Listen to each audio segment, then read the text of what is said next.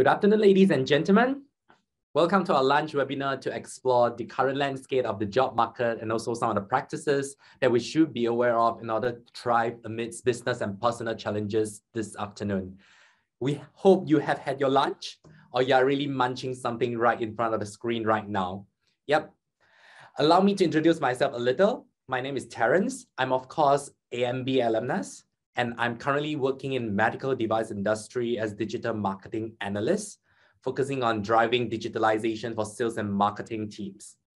Apart from being a big fan of changes, I'm also exploring mid-career opportunities. So I believe I am in the correct positions to represent some of our folks of same age to discuss today's topic with our panelists here. Today, we have a really strong team of panelists.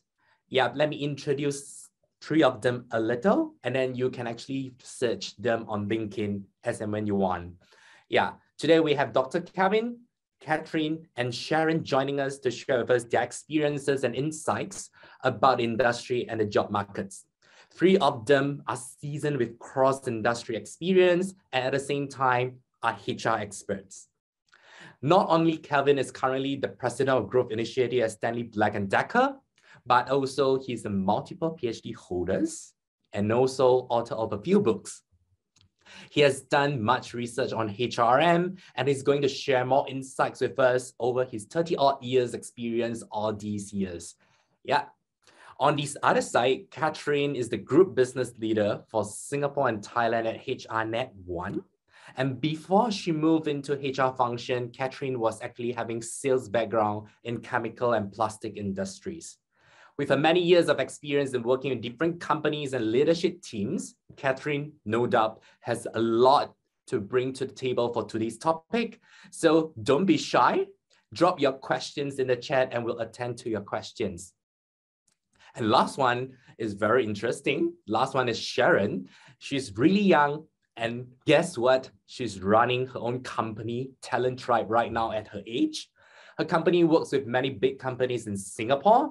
So if you're interested in some of the local companies and want to know what other employees are thinking about, catch this chance and drop your question in the chat to find out more.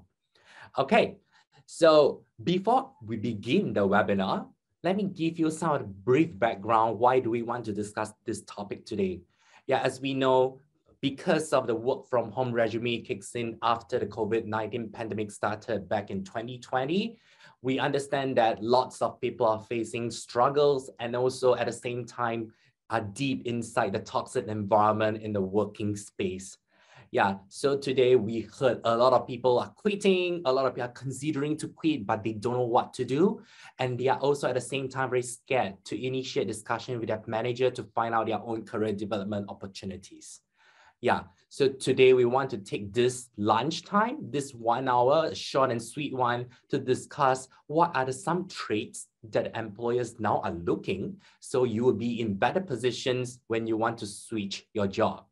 And also at the same time, we'll be discussing some of the personal and professional characters and also skill sets that are actually required for you to thrive amidst this business and personal challenges.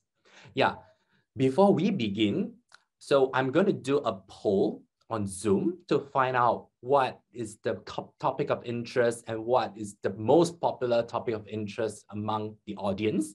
And we will try to skew our answer towards the topic of interest. Yep. Can we launch the poll, please? Very good. Lots of responses coming in. Probably we'll wait another 20 to 30 more seconds to close this poll. And currently we are standing at most people are very interested to find out the professional and personal resilience in the post-pandemic era. So more skills towards the skill sets that we are going to have. Okay, so in the interest of time, we're going to close this poll. And as mentioned, the topic for today, the professional and personal resilience in the post-pandemic era actually stands at 56%. So we're going to have more discussion around this topic. And at the same time, most people are actually wondering what are the tips and tricks that employer should practice dealing with this kind of great resignation. And some of the people actually want to find out what are the practices that are not useful in the work from home regime. Okay. Yeah. So with that, we are going to start the panel discussions. So it's going to be an interactive one. We are going to discuss 3 main questions for today. So the context is a little bit like what I mentioned earlier. The current job landscape is really toxic because everybody is going virtual and most of them are not back in office right now. So at the same time, expectation falls on you just increased. Yeah. So if we are dealing with such toxic environment and dealing with demanding bosses that actually want us to strive for deadline probably in just a day. So what can we do? Are we really in a good positions to quit? Thinking about the commitment that we have and also some of the installments, some of the children's school fees and whatnot. So what should we do? Yeah, so the first questions that we actually want to discuss with the panel today is actually, how should workers or employees in this kind of situations initiate and manage their own impact-driven conversation with their line managers? Over to you, any one of you, Kevin, Sharon, and Catherine. Maybe I go first. Yeah, I think when it comes to this kind of situation, be open to speak with all the line managers or your boss on the possibilities and address those concerns that you have. Because when you don't do that, the chances is you will not be able to resolve the issues that you're going through. Of course, we all have to understand if it is something to do with toxic environment, culture, it's not something that you can change overnight. Yeah, but what you would like to see is there's something that is that whatever immediate actions that we can take to help you to address those concerns, I think it's important. So have an open conversations with your line managers to address those concerns that you have and look for possibilities. Yeah. Yeah, I'll jump in here. So I like what Catherine said.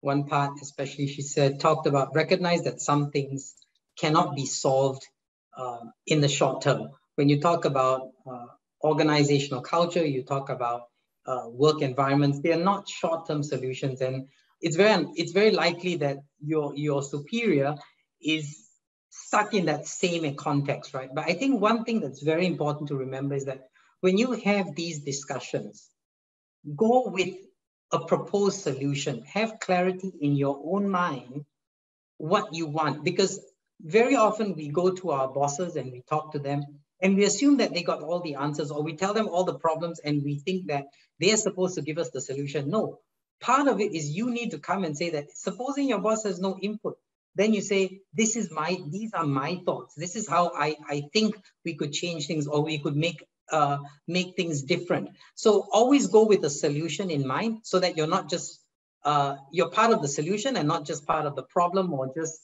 raising your issues or concerns about the organization. Wonderful. I really love this point about having open conversations. And so maybe I'll just build upon that. I think we are all not very well trained from experience or school to have these difficult conversations. And these crucial conversations are very difficult to have. So what I found to be useful that anybody here who's having these conversations can consider is that a lot of times when something happens at a workplace, so be it, your boss tells you something and, your boss is micromanaging you, your boss is giving you very unreasonable deadlines.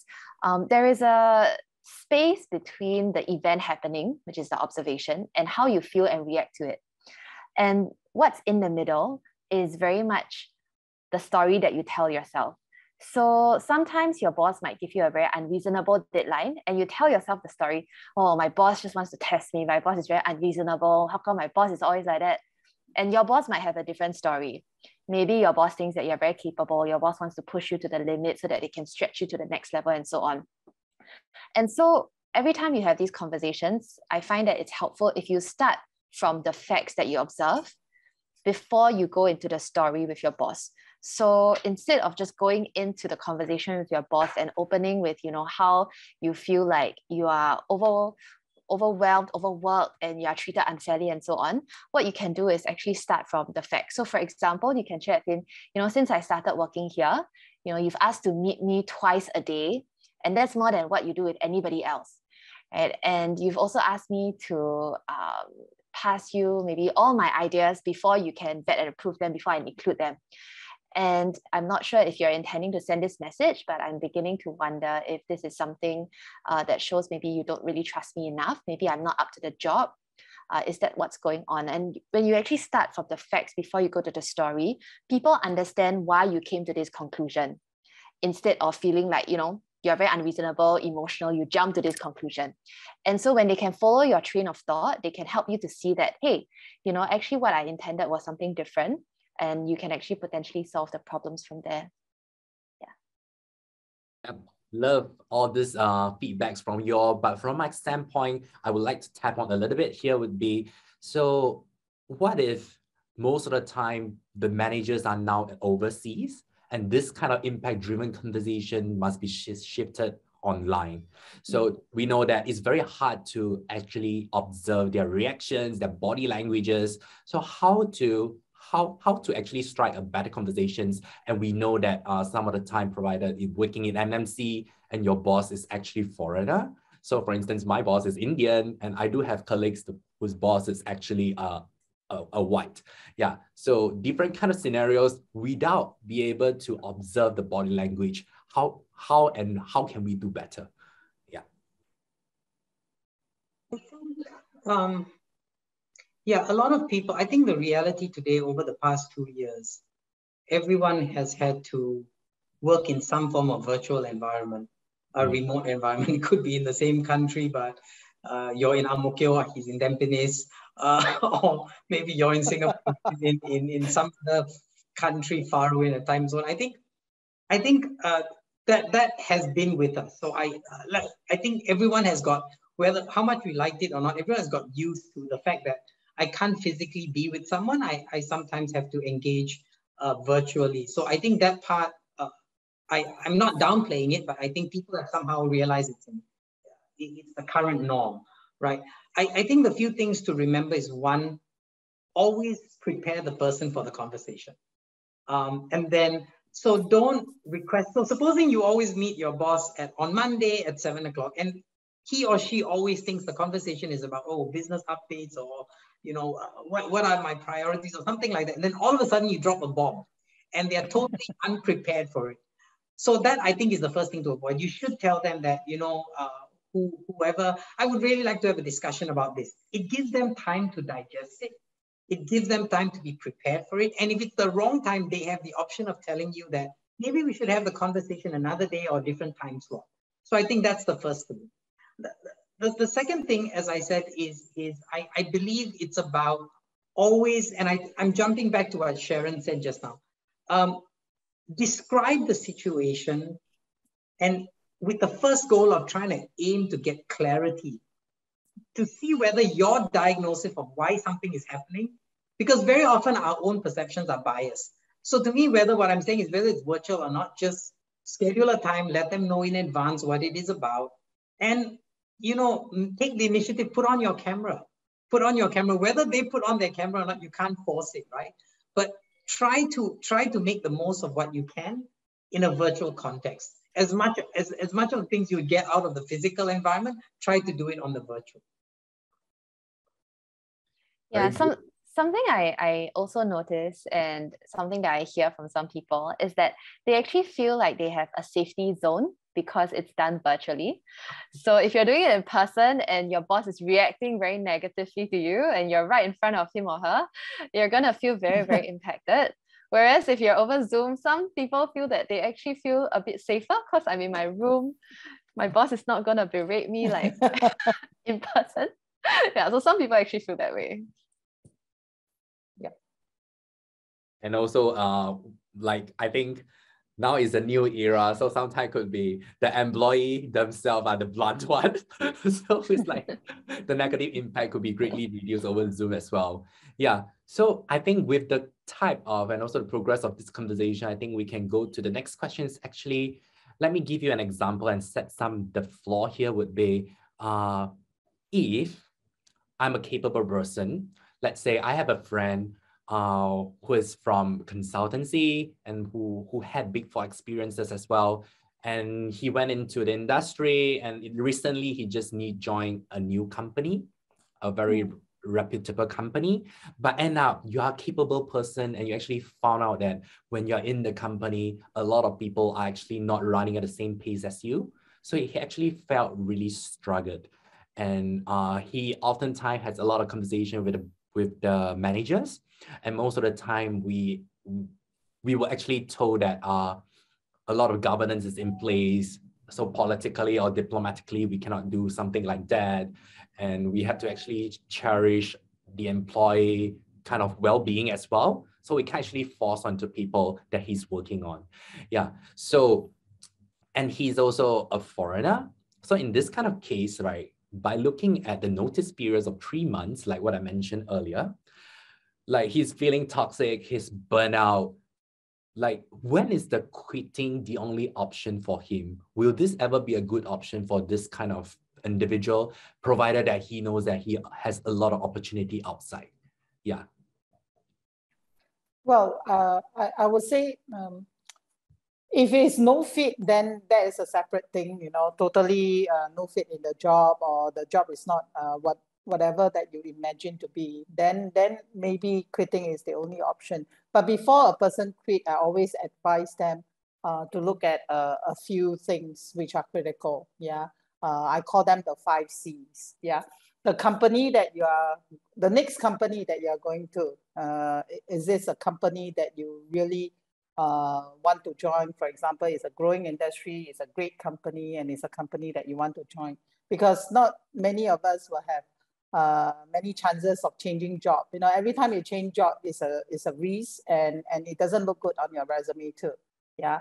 Second C is the career progression, whether the next job, now that your friend, for example, have this experience, you know, whether the next job that he's going to, you know, is it a job that he can add more value in his career? The third is the coach. The next C is the coach or the hiring manager. Is it someone that can really lift you up? You know, you go for the interview, you size up the person. Is it a boss that you would like to work with? Next C is culture. This is even more emphasized, especially during this COVID situation, the last few years. You know, a lot of companies, how they manage the whole COVID situation becomes a talking point to a lot of people in the market. You know, oh, this company has done so well during the COVID, how they take care of their people, what is their culture like. You know, it's more magnified in this situation. Yeah, and the last C, when all the other 4 C's are being taken care of, then the last C is compensation, whether it's the right price that will increase your professional value. So if you want to quit, then you have to consider all these 5 C's. There's no right or wrong, but you have to weigh yourself to see if quitting, moving into a new company will be a better place for you than before. Yeah. I like the 5 C's.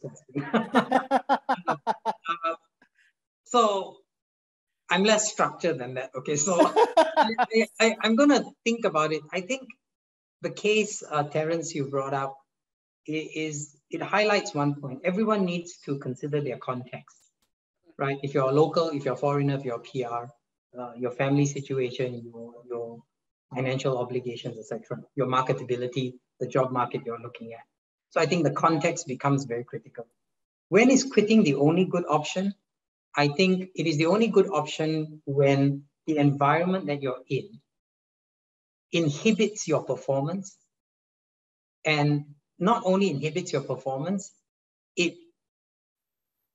you do not have a level of satisfaction when you go to work, right? But with any change, you must know what you're trying, the reason for the change. I think when we say when is quitting the only good option, we also should say when is not quitting a good option. When is not quitting a good option is because I've heard people say this, oh, I've been here for 10 years, I've been here for 5 years, it's time for a move. Unfortunately, that's not a really good reason. because you move for a reason, and very often people end up in a situation where they are moving horizontally, and then after a while they find they can't move up and they can't move down, and they're stuck. And the worst situation to be in your career is moving to a new job and regretting the previous job you left. So you need to be very clear why you're moving and what you're trying to get out of it. And the only time there's no choice to quit is that it's so toxic that you feel you cannot function. I think, and everything, you need to keep everything in perspective. You know, sometimes when you're in a situation, you feel, oh, it's the worst day of my life. But have you ever noticed that you go for a holiday, you think you have all these bad memories, but 3 years later, when you talk about it, you only remember the funny things, you forget about the bad things. So sometimes when you're taken out of a situation, it's not as bad as you see. So it's always keeping things in perspective. And that's very difficult sometimes when we're too close to a situation. So that's where friends and you know, career counselors or headhunters like Catherine can present something like that. Yeah. I think one of the common things that people do and should do is like listing out what's important for you and what you can't get in this job, and figuring out like what's missing for you. And I think quitting is the only good option when you conclude that your current company cannot give you everything that you really want or need in your career. So a lot of job seekers, let's say if they feel like, you know, my boss is horrible, I really cannot work with this person. Is there a way they can get internal rotation? And some companies actually allow for that. And you can actually work your way into a rotation to a different team in the same company without having to look outside. And if you feel like you have exhausted all the options internally, and this is really something that is a roadblock in your career, then probably quitting and looking for something else would be better for you. Yeah. Maybe just to add on, I've interviewed many people, and very often people join because of logic. Oh, it's a better company, it's a better pay, you know, and they quit because of emotions. I'm not happy here, I'm not happy with my boss, I'm not happy with everything else in their organization. But a good reminder for ourselves is, for every job or every company that you're in, there'll be 20-30% of the things that you don't like in the company or in the job. But there will be always there is 70-80% of the things that you like. And that's the reason why you joined the company. So remember, when you quit this current job to go for a new job, because the new job can address the 20-30% that you don't like in your current company. But remember, that new job will also have 20-30% of things that you don't like, which you won't know until you join the organization. The unknowns, yes. Yes. Yes. And I like how, Catherine, you put it, like it's always a balance. And also when we look at externally and we look internally, it's like your own balance is also quite important. Because sometimes, like, I mean, ambitious people tend to fulfill expectation they deem people have on them. So there are too many layers that they have to really consider. Yeah, so I think that's a really good discussions. And I think we covered off like some of the considerations, some of the blind spots that we should be aware of. Yeah, probably now we can move into like different kind of discussions.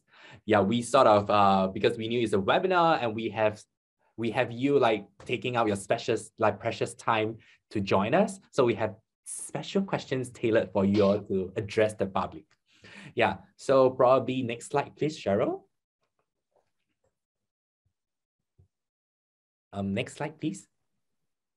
Yeah, and also we have a Q&A come in to ask about some sort of the work from home best practices.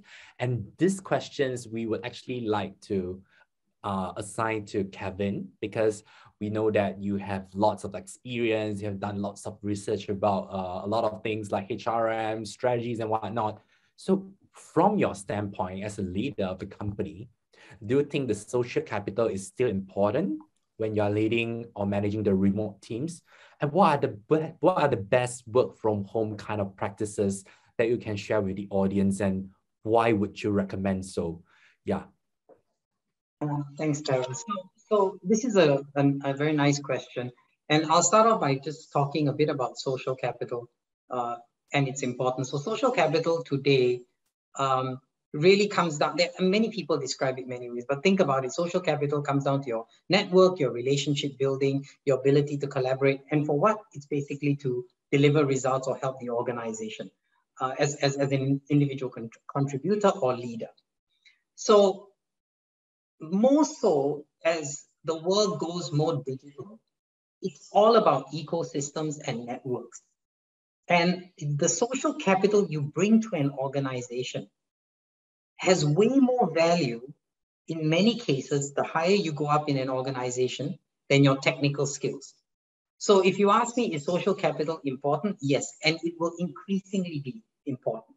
Because think about it, when we are working in an asset-light, agile, flexible kind of business environment that has a lot of turbulence, you need to be able to move quickly and dynamically. And the only way that is possible is to leverage social capital to manage your network.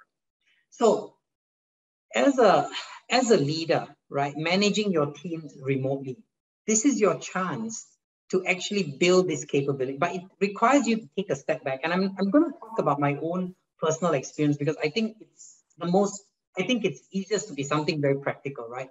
I took on a new role in the middle of the pandemic, which was on May 2020. I led a team that's 100% remote. I've never seen them till today. I've not seen one of them. And I've had to not just lead a team, build a team as well.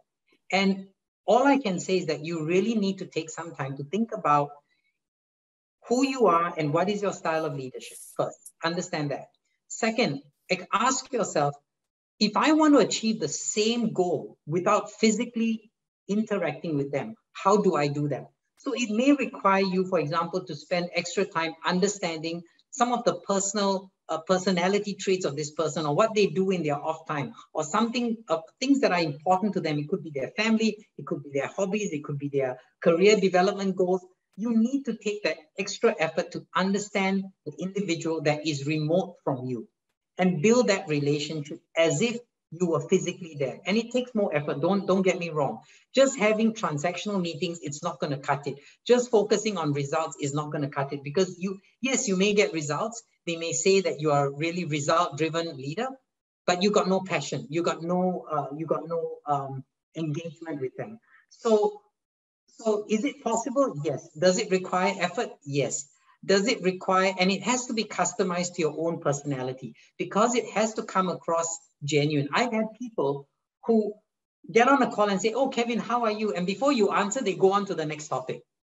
So always remember to come across genuine and just think about how you use digital means to engage with people as you would physically. That's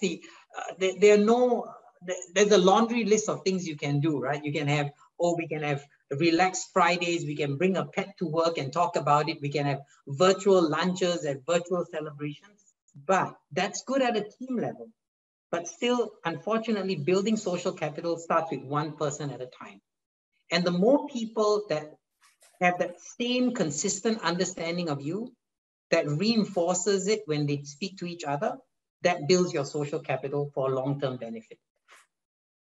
Yeah, that's a very good one. I love how you say at a personal level. And also, I think most of the time, if employees are feeling distressed and something, if the manager is not doing so, we always encourage employees themselves to do this because it's also like relationship is a mutual thing. So if the boss is not taking initiative, you can always take the initiative to build the bond with the manager. Yeah. So love your answers, Kevin. And also with that, right? For next questions, I think is very applicable to the previous context. Is that like what Kevin has mentioned, Catherine? What new skills would you think? New skills that has become a must-have now. So last time it might not be so important. This time is really, really important. Well, I think a few things from what Kevin mentioned. We need to connect with people virtually most of the time. In terms of your ability to adapt yourself in all the various electronic platforms becomes very important. Yeah. how comfortable. I mean, today, for example, we started this seminar with polling. You must know how to use this to engage your people. Yeah, we can do polling for various, like for example, for our own organization, we play games, we conduct sessions, then we create a poll for people to make it more fun. Yeah, so this is important skills. Your electronic skills must be there. I mean, you look at in today's world, it's common that everything has electronic. Even if the government want to give you a CDC voucher, you have to go and download and to use it. So electronic platform is very important. In terms of soft skills, independence, adaptability, and being able, gone are those days that we can hire a person and let the person assimilate into the role, take 3 months, 6 months, or even a year. When I first started headhunting, people hire and let them grow into the role. But today, do you expect the person come in and to contribute immediately? Because the market doesn't allow people to have time. Yeah, the market changes so fast. If you wait 3 months, maybe it's another new world again. Yeah. So I always tell people your honeymoon is only at most 1 day. Go in, get to know the organization, and then you must be there to run already. And the other thing that is very important, I think, in today's world is your listening skill. We don't get to meet people face to face. Over Zoom, it's a tougher way to engage. You must have active listening skills. You must have good interpersonal skills. How you conduct yourself over a virtual world becomes very important. So I think these are the few critical skills that one should need to have in order to thrive in the new world. That's great. So I think being digital savvy is something that I will really second a lot because I'm driving digitalization. So we must cherish our electronic skills. And that's is a really good trend for millennials and Gen Z, right? Yeah. So next question is for Sharon. I remember the first time we met that you promised you would bring different kind of perspective, especially from millennials and Gen Z kind of perspective. So what types of working environment would they prefer? Would you have any insights that you can actually share with us? Yeah, okay. So I think there's a lot of publicity about millennials and Gen Z. I think the most common one that people see online, right, is okay, you need to have fast career progression, you need to have purpose-driven work, you need to have impact. I thought maybe I'd just highlight 2 things that have come up a lot in just our interactions with millennials and Gen Z job seekers, especially with the whole pandemic era. I think one thing is they are looking for a work environment that makes sense to them. What does making sense mean? So for example, if you have a very legacy process and they cannot understand why would you do things this way, and you don't show that you are open to changing the way you're doing it, that is something that would be very disturbing to them to a certain degree. If you are, for example, maybe not on Zoom, you're using systems that are very, very outdated, very difficult to use. Even I speak to some junior recruiters, they use certain applicant tracking systems, and maybe the applicant tracking system doesn't allow them to very easily add an attachment or something like that. They get very boggled by why are we doing things this way, and it doesn't make sense to them. And their management might not be very open to change because this is how we've always done it. And you don't have a very strong business case on why we should change things. And that to them is something that would be very frustrating. And it's something that they really look for, right? Things need to make sense. It needs to show that they are open to changing and being better and iterating and continuously improving. That's one thing that's very, very commonly seen. The other one is they want to see a work environment where they can link their efforts to the results. So something that helps them draw a direct impact between what they're doing and how does what I'm doing contribute to the company or the business goals or the objectives. And so if you're a manager and you're managing millennials or Gen Z, it might be very obvious to you, but it's very worthwhile to help them understand and connect their efforts to the bigger picture. Something that actually helps them to understand why I must do what I'm doing now. And as a result of what I'm doing, XYZ can happen for the company. And that's something that helps them make sense of the work they're doing and helps them find meaning and impact. Yep, love this one, Sharon. So like purpose and also meaning kind of driven things are also something that I consider before I find a job post MBA. And end up, okay, I decided to go on with changes. That's why I do digital transformation.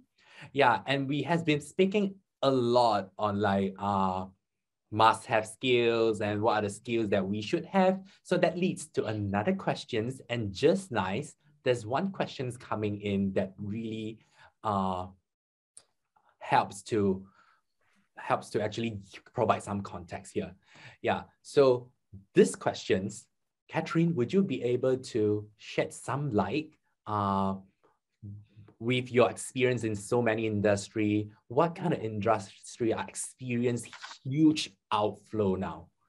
Okay, well, I think most company are having a high turnover for various reasons. Yeah, whether it's a toxic environment or job insecurity, recognition, overwork over the last 2 years, and people stay at home. They start to think, you know, maybe there's another organization out there that can treat us better and things like that. So I would say generally most organizations are facing high turnover. Of course, there are certain industry like retail, they are having a higher turnover rate. But I would say generally most companies are experiencing it now, and that's why there's such thing that is that's happening called the Great Resignation. Yeah. There is also a talent war out there, especially because of this last 2 years. There are people being let go, and then after that, when things start to pick up, people start to hire, organizations start to hire people, and there is a need for strong talents for organization. Then you'll see a lot of hiring out there in the market, and that's why there is a lot of movement. So that leads me to the next question, I'm sure, Terence, that you're going to ask. Then which industry are hiring aggressively, right? So the few industry that I would see that has high demand at the moment is healthcare, for sure. Every one of us know, you know, in this current situation, healthcare is definitely a growing sector. I mean, if you look at Singapore itself, there's still a lot of focus on the healthcare industry. Supply chain, logistics. I mean, all of us are now shopping, working from home. I know there is definitely a high demand for logistics supply chain because we are looking at a new way of our life. Yeah. Then you look at agri-tech. Yeah, because of the demand for food supply during COVID situation, because food are not being able to come to this part of the world easily. Then you'll see there's a push for local farms to ramp up their production. You know, you see a lot of agri-tech coming up, advanced robotics, digital tools that are being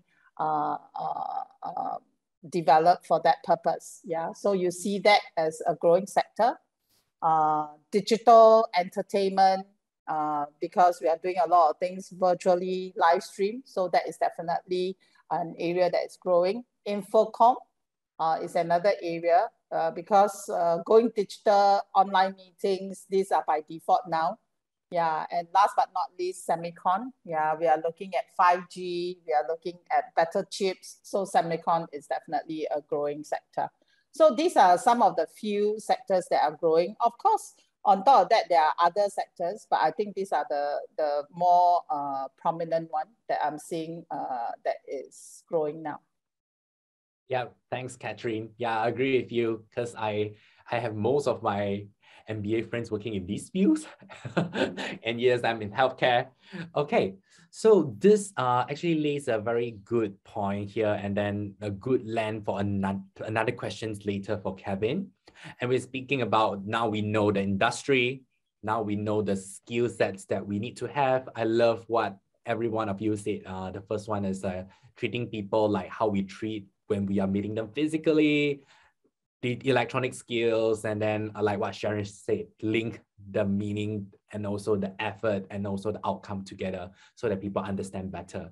So Kevin, according to all the research that you've done and all the experience that you have, right? So for non-technical professionals, like for example, commercial managers, mid-level managers. So now we understand government allow us to go back to office, and people like us actually pro work from home now, but the company is not really in favor of this kind of remote working. How do I actually stop the good stuff from leaving? And what are the skills that we can actually use in this kind of context? Okay, just to make sure I get your question. So first part of the question, right? So companies' direction is more like they want people to come back. Yes. But there are many people, they are comfortable with work from home, and there is this tension, right? And the leader is worried that people will lose the right talent. So I think, so I'll approach it from a very realistic perspective, right? Organizations have policies, right? Right or wrong, they are defined by the organization. However, there are many cases where if legitimate issues are raised by the leadership, right, with solutions,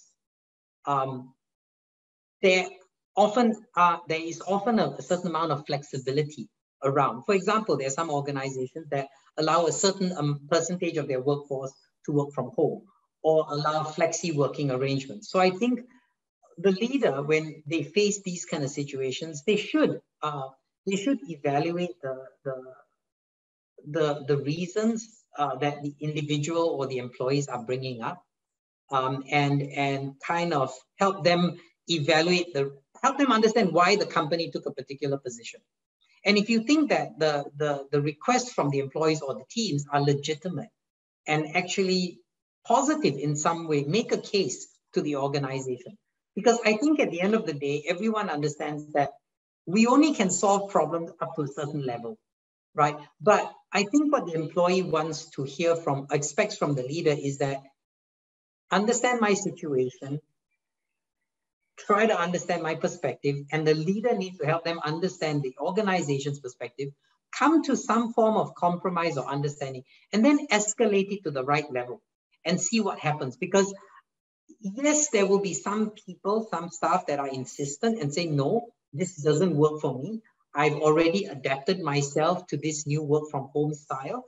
And there's certain, because right, our work is just one part of our whole life. We have family, we've got our friends, we've got our personal space. So ultimately, we try to minimize the loss of talent due to excessively inflexible policies. But where we cannot change that, and individuals have a different perspective on how they want to allocate their time, it is an unfortunate situation. But we would lose some, we will win some. But I think at the end of the day, it is your responsibility as a leader to address that employee's concern to the right level in the organization and accurately represent it if you are convinced. But if you're not convinced, then you need to, you're in a leadership position for a reason. And there are some people who just don't want to come back to work because they find, they can stop the day in between to do all kinds of stuff. I used to joke. I said, everyone cannot go to work, but at 3 p.m., all the roads are packed, all the shopping malls are packed. So I think reality is somewhere in between. So there's some with legitimate issues, and there are some that just have got spoiled a bit because of the freedom that has been provided, right? I mean, if I was to touch my heart and say, I've been in situations where in the past where I would be in office, I was out having a coffee with someone else relaxing. So But I think at the end of the day is very often organizations have generic policies and they do not realize the different circumstances individuals at a country level or at a team level have. And that's something the leaders should escalate up. That's their responsibility. That's a very great one. So I think the skills now for them is like listening skill, of course. And then another skill is like we have to speak up skills. And it's not speaking up for our own employees. Like what Catherine and Sharon mentioned earlier, we need to actually help our subordinates to feel happy about the work because we are spending lots of time working for a day. Yeah, so thanks so much for that one. So I think the next question, right, is specifically tapping onto this scene as well. So if these people leave, right? So Sharon, what kind of tips that we can give these people, like, you know, other than brushing our resume that everybody knows, like what kind of things that we job seekers tend to neglect, but headhunters like yourself and also Catherine would focus a lot on? Yeah. Okay, so we do have quite a bit of like career job search tips that we provide for free. We also actually last night we just ran a webinar to help people in the product management space with job search. But let me try and like pick out kind of like the key highlights that would be helpful for some of the audience here. So I think the first one that people tend to neglect is that usually if people want to look for a job, they would usually go onto a job portal, right? But actually there is a whole hidden job market where companies don't actually post their jobs on the job portal that a lot of people don't realize. And the way to access these jobs is really through referrals in and your networks. And so a lot of people don't know, like, how do I build my network if I don't know anybody in this company or in this field that I want to go into? There are a few ways to go about it. So one is about doing informational interviews. So reaching out to people who are in the kind of jobs that you want to work in and doing a very simple coffee chat with them to find out what their job is about so that you know whether this is even for you or not for you, so that you know everything that you're missing in your current job, are they going to fulfill that or not? And if there is a right fit, if the company is hiring, that could very well then lead into a referral, which is then the second point. A lot of people are very shy, they're very paiseh to ask for referrals. But in fact, a lot of companies have very generous referral programs. So if your friend or a new connection that you made actually refers you in, they actually get a good bonus from it. It could be a few $1,000s if you successfully get hired. And so it's a win-win situation. You don't have to feel like they are doing you a huge favor, because if you are a good fit, they refer you, they get to actually get cash out of it as well. And then I think the third thing that's relevant to bring up is there's a lot of people doing mid-career switches. I see one of the questions from someone who's in accounting, looking at what they should do to stay relevant. And people are realizing that what they've been doing, maybe for the past 3, 5, 7, 10 years, is not what they want to continue doing. And there's a very big barrier in switching into something else because their resume is just irrelevant. Right? So recruiters are going to look at it and just going to throw it out because I rather just spend more time on the more relevant candidates. And so there's a lot of things that you can do around that. There are a lot of like side portfolios that you can build to show and demonstrate. For example, let's take, for example, product management, which is something that nobody has background in. So if you are trying to move into something that isn't like a qualified certification, like there's no product management degree, right? And so a lot of people transition into product management from all kinds of fields, from law to accounting to photography, all kinds, right? And I think what really helps the real rock stars is when they can show that they've got a really good portfolio that they do on the side. And so if you can demonstrate to the company, regardless of your background, your education, that you actually can do the job because you're passionate enough that you actually did this side portfolio and you can demonstrate it, that is going to really convince people. So for example, there's this candidate, very interested in data analytics, have zero experience, totally irrelevant background, and he's actually like a gym rat. So what he did was he went to use the government's open source data on gym capacity, and he used Python to build a data dashboard to show like which gyms in Singapore are most and least crowded at what time of the day. And he basically used that to go apply for data analytics jobs. And some of the interviewers were very impressed at him because this is what he did on the side in addition to his full-time job. So things like that would definitely help you if you're doing a career switch. So just those are some few top key things I think people might overlook when they're looking for a job, apart from the standard CVs and interviews and so on. Yeah, thanks, Sharon. So I resonate a lot because last time when I was finding job, I also did some cold calling, like what you mentioned, trying to get closer and understand the landscape more. And at the same time, they would not be stingy if they are willing to coming out to have a chat. They will not be stingy offering and explaining to you what opportunities in their companies. So that's really a good approach. And also, I think like doing side job, like what you mentioned, build out what you want and build out what the skills that's needed when you want to switch into that career. Yeah, so thanks for sharing those things. And I think we are like 10 to 15 minutes to the end of the webinar, and we also open to Q&A sessions. So if you are still listening to us, if you have any questions that you would like the expertise from Sharon, Catherine, and Kevin, feel free to drop the questions in the chat. Yeah. So at the meantime, we have another questions coming in is that how does the management view the employees who are doing side hustles?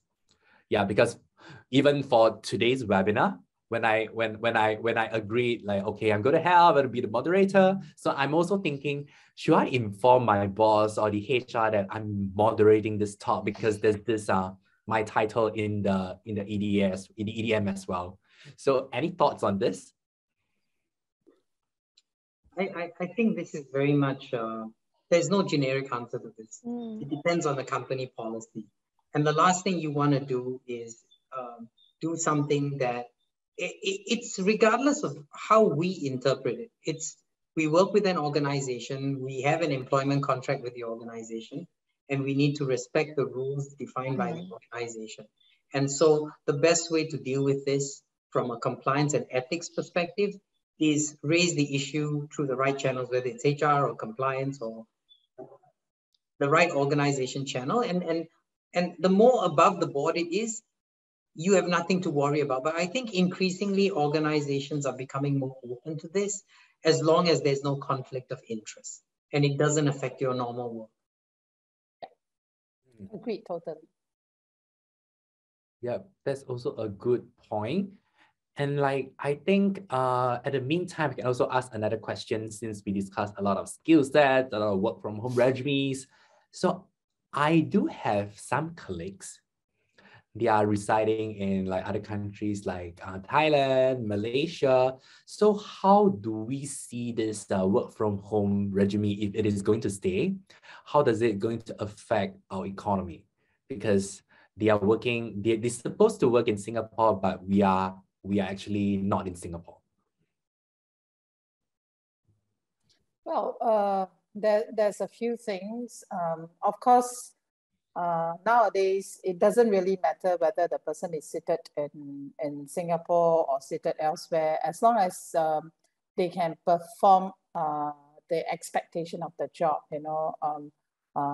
Organizations are okay to place them in any location. So I always advise the people, you must be able to the competition now is global. It's no longer in a country, right?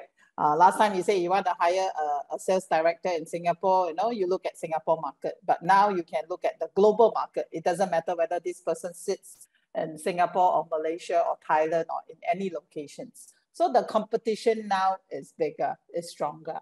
So I feel that people need to really upskill, upgrade themselves, know how to highlight their strengths and how to use their strengths and really perform well in their job. Yeah, and that is where you will make yourself more competitive in the marketplace.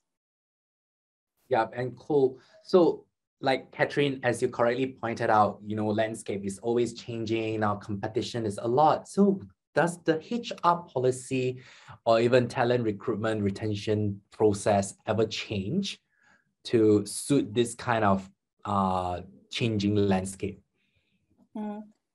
Of course, recruitment, I mean, if you ask me the last few years, recruitment has changed a fair bit. Yeah.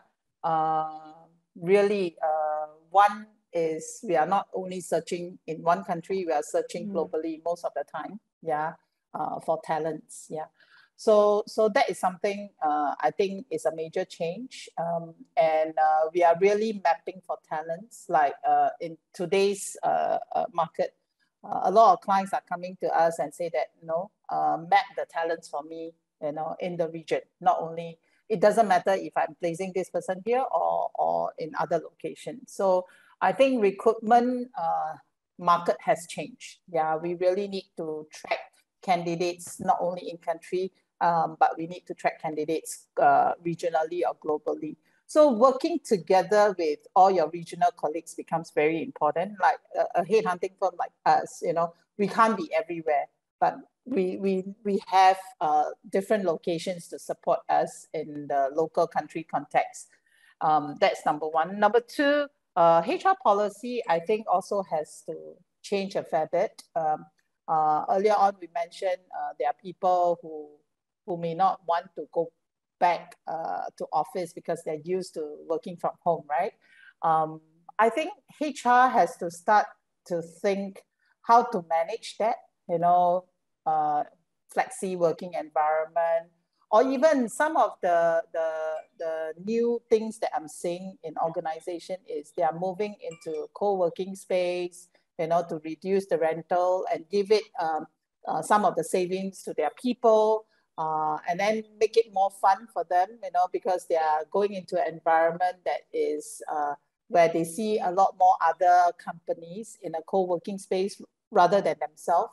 And then they give them some flexibilities of working from home or working in locations that they like. Because in a co-working space, you can basically visit any of the locations that you like. Yeah. So there are some changes, definitely, after the whole COVID pandemic. Yeah, things have started to be different from the previous years. Yeah. Okay. Thanks, Catherine. Yeah. So we have a couple of questions coming in, and I think Sharon, somebody would like to follow up with your suggestion. So they were asking, since we are talking about getting close to the people in the field, would you actually recommend them, if they don't have any network, to work with professional recruitment agency to find a job? Or is it all about connections or referrals in Singapore? Okay, great question. I think if you are looking for a job, it's not mutually exclusive. You should probably use all the channels available to you. So work with a professional recruitment agency. At the same time, ask your connections and networks to see whether you can get any referrals. At the same time, on your own, you should also be checking out available job opportunities. So you should maximize everything available to you. Yeah, thanks.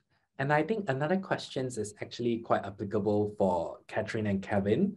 So because people would like to understand the market trend now outside of Singapore, and they would like to understand what's the difference now. So how does the recruitment market trends in Singapore different from those countries in US or in Europe? Any idea? I think, speaking from my own experience, right, I see there are a lot of common trends. We talked about mass resignation, that's common. We talked about people wanting more flexibility, work from home, that's common. People going into portfolio careers, that's common. Maybe they are a bit more open in some other parts of the world than in Singapore, possibly. I think culturally, historical practices, etc. I think in terms of certain job trends, for example, we talk about digital roles like data analytics, AI, process automation. These roles are becoming more and more popular. So at a very broad level, I think all companies are going through this shift. What I think is a bigger, where it differs is that depending on where the country's focus of GDP or wealth has been.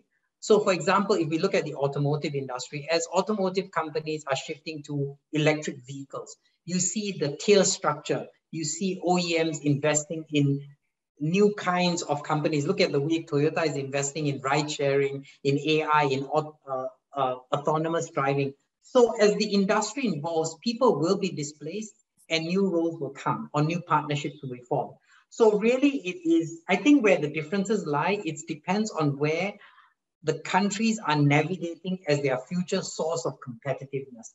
And it is very important for existing people in the workforce as well as new people entering the workforce to understand the market they're going to come into the day they graduate. It's not what course you're doing now. And really today, I've seen more and more cases where I give an example, many of the people that I have in IT or data management, ironically, never really graduated in computer science. They graduated in engineering, in biomedical, but it's just that within an area, there's some people who just are really good in project management within an IT context. So I think it really comes back to your understanding of your core competence, knowing where the market is moving and understanding how you can fit in and being able to articulate that in an interview. Not so much about all the things I've done, but how I've been able to solve problems and how I deliver value. That's what people want to listen to. So I'm not sure if that helps, but that's kind of, I see the similarity and where differences, because it comes back to the broader market issues and where that country is going. Yep, thanks, Calvin. Yeah, so it's really great to have this kind of conversations because I think this is a very generic topic that everybody can actually tap on the benefits out of the sessions. Yeah, and you know, times always flies and good time always stays so short. So we have come to like 1:32, which is almost the end of our webinar. So I would like to take this opportunity to represent the NBS Alumni Office to actually thank 3 of you to spend time joining us on this lunch webinar. And I hope the audience would leave this webinar with some tips and tricks and also some benefits that they can already reap from this webinar. Yeah, thank you really so very much. Yep. And also, I hope those people who are online, if you are NTU alumni, do actually join more events that we actually want to plan in future, because we do have a series of events that's coming. Yeah, so if you would like to find out what are the events that we're going to organize, you can actually search the NBS Alumni Office kind of page on LinkedIn. And also, like what Sharon said, if you want to do some cold calling, understand industry better, know Sharon, Catherine, and Kevin more, feel free to connect with them on LinkedIn. Yeah, so I think today we have reached the end of our webinar. So even I benefits a lot. So thanks a lot. Yeah, and we hope everybody enjoy the rest of the evening and have a good long weekend ahead. Happy Easter. Yeah, thank you, everyone. Thank you. Thanks so much. Thanks a lot. Thank you.